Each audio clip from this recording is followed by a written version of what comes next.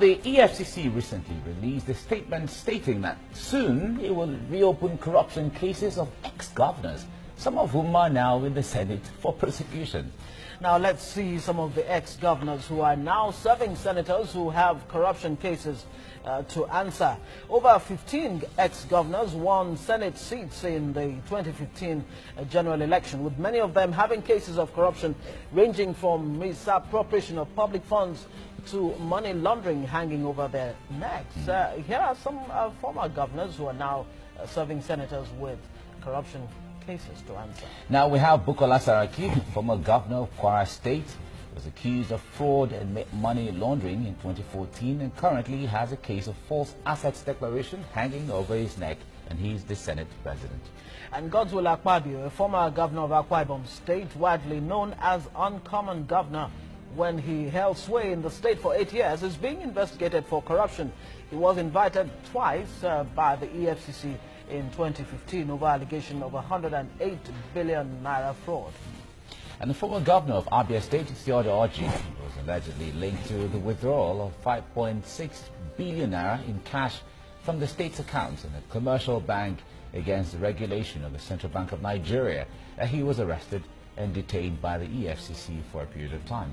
Adamu Aliero, former governor of Kebbi State, is reportedly being investigated by the EFCC over a 10.2 billion naira fraud. Former Ebonyi State Governor Dr. Sam Egwu allegedly misappropriated close to 80 billion naira while in office as governor between 1999 and 2007. We also have Joshua Darie, former governor of Plateau State. He was arraigned by the EFCC in 2007 on a 23-count charge bordering on money laundering and other corruption charges. The EFCC accused Darie of diverting about 1.2 billion naira of the state's ecological funds. And former governor of Nasarawa State, Abdullahi Adamu, was arrested by the EFCC in 2010 for alleged embezzlement of public funds to the tune of 15 billion naira. Danjuma Aguje, former governor of Gombe State, along with 4 others, is facing an 18-count charge bordering on conspiracy and fraud to the tune of 25 billion naira instituted by the EFCC. In Section 66, subsection 1, paragraph A of the 1999 Constitution bars certain categories of Nigerians from being members of the National Assembly. The Constitution says a person shall be unworthy to make laws for the country if he has been indicted for embezzlement or fraud by a judicial commission of inquiry or an administrative panel of inquiry or a tribunal set up under the Tribunals of Inquiry Act, Tribunals of Inquiry Law, or any other law by the federal or state government which has been accepted by the federal or state governments respectively. Now, members of secret societies, persons with forged certificates and undischarged bankrupts are also disqualified from becoming lawmakers. Maybe our producers should go back to the last 2 paragraphs to underscore that particular point, because it then puts a big question mark on integrity of the members of the National Assembly. In this case, of course, the senators themselves. They do have cases to answer indeed. Now, the Constitution says a person shall be unworthy to make laws for the country if he has been indicted for embezzlement or fraud by a judicial commission of inquiry or an administrative panel of inquiry or a tribunal set up under the Tribunals Act, of the Inquiry Act, the Tribunals of Inquiry Law, or any other law by the federal or state government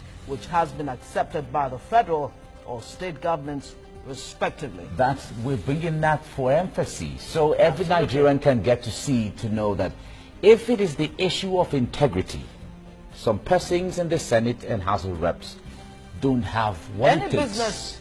They don't have what it takes to be in the Senate based on the specification of the law. They have their own rules that all the senators under investigation by EFCC should not participate in deliberation leading to confirmation or otherwise of Margo.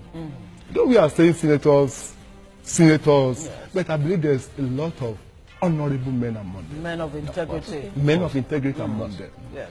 Those should be the one to sit on Margo's confirmation. I was reading some report yesterday, I heard that there's in-out fighting at the present. These senators, because they are even saying the DSS report, some of them have not even seen it. But you know what? Let's not even lose sight of the fact that all of these that we have reeled out, that cases against this man, they're still allegations. They really not necessarily have been proved in the law court. So we need to underscore that. Yes, I was careful to call them still allegations. Look, the section of the Constitution we just read, say indictment.